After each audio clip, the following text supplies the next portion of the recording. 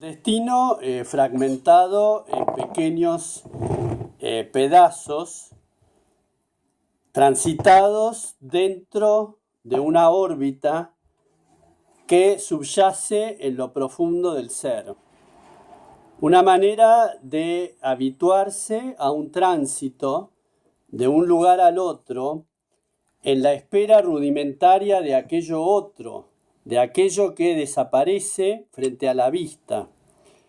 El artista, hecho cómplice de una mirada especulativa que intenta acaparar la atención de lo invisible. Ese momento, ese tránsito especulativo, aparece como una reacción dada automáticamente frente a lo que se opone, fuerzas intrínsecas, fuerzas que son leales a un estigma interior que sacude las estructuras morales para incorporar un acierto o desacierto. La idea de una postura frente al acto creativo que acierta o desacierta su origen y su destino. El arte como la manifestación de lo que no es posible realizar en la vida real. El arte como sostén y como mampara, como pantalla de una pseudo-realidad atraída por los bordes magnéticos de una fuerza espiritual. Es un atrevimiento de la materia que pretende desgobernar sus ataduras y transitar un plano etéreo, invisible a los ojos mundanos. Es un escabullirse detrás de lo aparente para restablecer un diagrama de orden que atañe a la personalidad, a lo íntimo del artista, que sucumbe frente a lo espontáneo, que succiona desde adentro para atraer esa atención, que se desvía. Una mirada atenta a aquello que es inalcanzable, a aquellos objetivos que se mantienen en las lejanías. Entonces el producto de esta evaporación permanente de lo cotidiano va generando un músculo que es producido por la especulación artística. La misma especulación que se tiene frente al deseo de hacer una obra, que es un deseo irracional, frente a un comportamiento racional que diría otro dictamen, que daría otro dictamen sobre lo ejecutado o sobre lo que se va a ejecutar. Entonces el preámbulo que uno puede acaparar y mirar de cerca con una lupa hace de uno un ser en estado de valentía para poder tomar contacto con aquello lejano. Aquello lejano que puede ser otro ser humano, habitado en su intemperie personal, y la distancia se convierte en un obstáculo que es a la vez el soporte para ejecutar un diálogo, porque la obra es atemporal. Si bien es ejecutada en un presente, con un cuerpo, con una potencia creadora, con una fuerza dada, se transforma desde el origen, desde donde proviene, en una sustancia atemporal, en una sustancia que se desapega de los movimientos neutrales, que son los movimientos de la sociedad, los movimientos de la trama cultural, y avanza sobre latitudes que se sostienen en un grado de péndulo, yendo de un lado al otro, buscando un equilibrio donde no lo hay. El motivo que engendra estas especulaciones es un motivo común a un acervo, a una personalidad que se tiene y que es dada en una circunstancia determinada. El motivo que exaspera a lo propio, el motivo exasperado por los impulsos propios, hace de un esquema que parecía ordinario y común, hace de golpe un estallido que produce ese escalofrío, que es el que produce un estímulo para hacer otra obra. Una obra más. Una obra más, ¿qué significa para un artista? Significa un paso más, un alejarse, pero a la vez un acercarse, un paso más hacia eso invisible, intangible.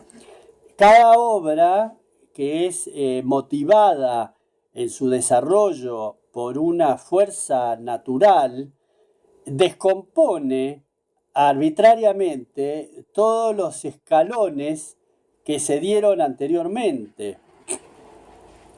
Cada obra rompe con lo atávico y con lo atado y con lo que se manosea en las formalidades, y trae un mensaje de lo lejano para incorporarse levemente en una manifestación espontánea del ser. La obra atribuye sus escalas, como en la música, a un componente que sube y baja, que se aleja y se acerca, que explota y que implosiona, y que va generando un mecanismo visual de una información que no es visual desde sus orígenes. El atributo del artista es olvidarse del porqué, del para qué, de las preguntas que no se pueden responder, y transitar ese desierto, esa intemperie, tanto sea real o irreal, comunicándose con la fuente creadora, que hace de trampolín a otros seres o otras estructuras moleculares que obtienen de este intercambio un grado de información. Cómo moverse en cualquier ámbito sin información. Cómo especular un movimiento sin saber exactamente todo lo que hay que saber. Es la construcción de una obra donde yo hago una obra y pongo los trazos sin saber a dónde va a ir. En realidad quiero saber todo lo posible de a dónde va a ir, qué va a pasar, qué va a pasar conmigo una vez que la obra esté, a dónde vamos a ir con la obra, qué respuestas va a haber de la afuera frente a esa obra ejecutada. Todos esos montículos cerebrales que actúan sobre el artista, llevándolo a un plano de convenciones, y esas convenciones son trasladadas a la obra determinada, influyendo sobre los conceptos y las formas y los pasos a seguir. Entonces la libertad, la supuesta libertad, el libre albedrío que resultaría de cada ejecución, es una sustancia que debe manifestarse como dueña, debe imponerse frente a lo otro, que son estructuras atávicas referidas a lo que podría ser el arte en general, a qué responde, a qué debería de responder. Y lo intangible que se produce en ese momento es la sustancia atraída por el infinito. Y las conexiones, las sinergias que podrían ejecutarse o darse, empiezan a formar parte de una trama en la cual involuntariamente uno participa, que es diferente a aquella trama que uno deseaba participar y que uno era expulsado de la trama bien vista, de la trama consolidada. Entonces, yo como artista arranco bajo la premisa del no detenimiento. Acá se detiene, acá no funciona, automáticamente el dique se abre hacia otro lado. Que lo más probable es que ese otro lado choque tarde o temprano con la misma respuesta antigua, pero hay una ganancia entre choque y choque que es marcada por lo ejecutado, porque en realidad el raciocinio diría mejor detenerse si la obra no hay nada que hacer. Si la obra no la quieren y yo no puedo acumular, mejor me detengo. Y este mecanismo inventado de ir entre trayecto y trayecto, entre trayecto obstaculizado y otro trayecto que obstaculiza, se genera una energía creadora que subyace en lo profundo del artista y que va a servir para la próxima etapa. Entonces el bloqueo de energías o el bloqueo de fuerzas que avanzan sobre los estímulos que uno puede tener de darse a conocer y de insertarse en un ámbito que ya existe, en realidad son mecanismos que muestran al ser molecular, al ser más celular, sexual, al ser psicológico, le muestran todo su potencial para reinventarse o reelaborarse.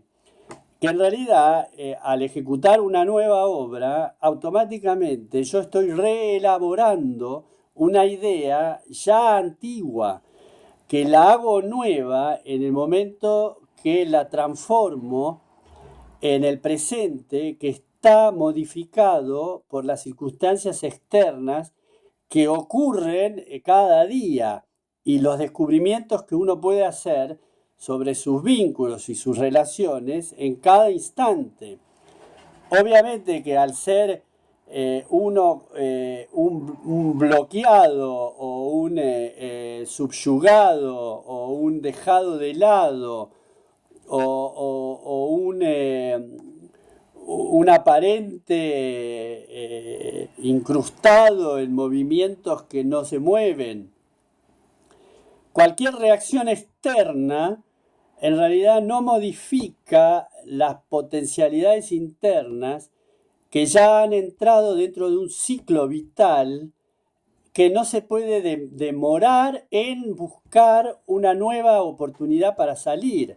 Entonces quizás esos frenos que aparecen desde afuera no son más que sobreestímulos para esa potencia creadora que sabe que detrás de ese no va a continuar con un enorme sí producto de su obcecación, de su militancia artística frente al oponente, que en realidad son choques de energías demolidos por el acto artístico.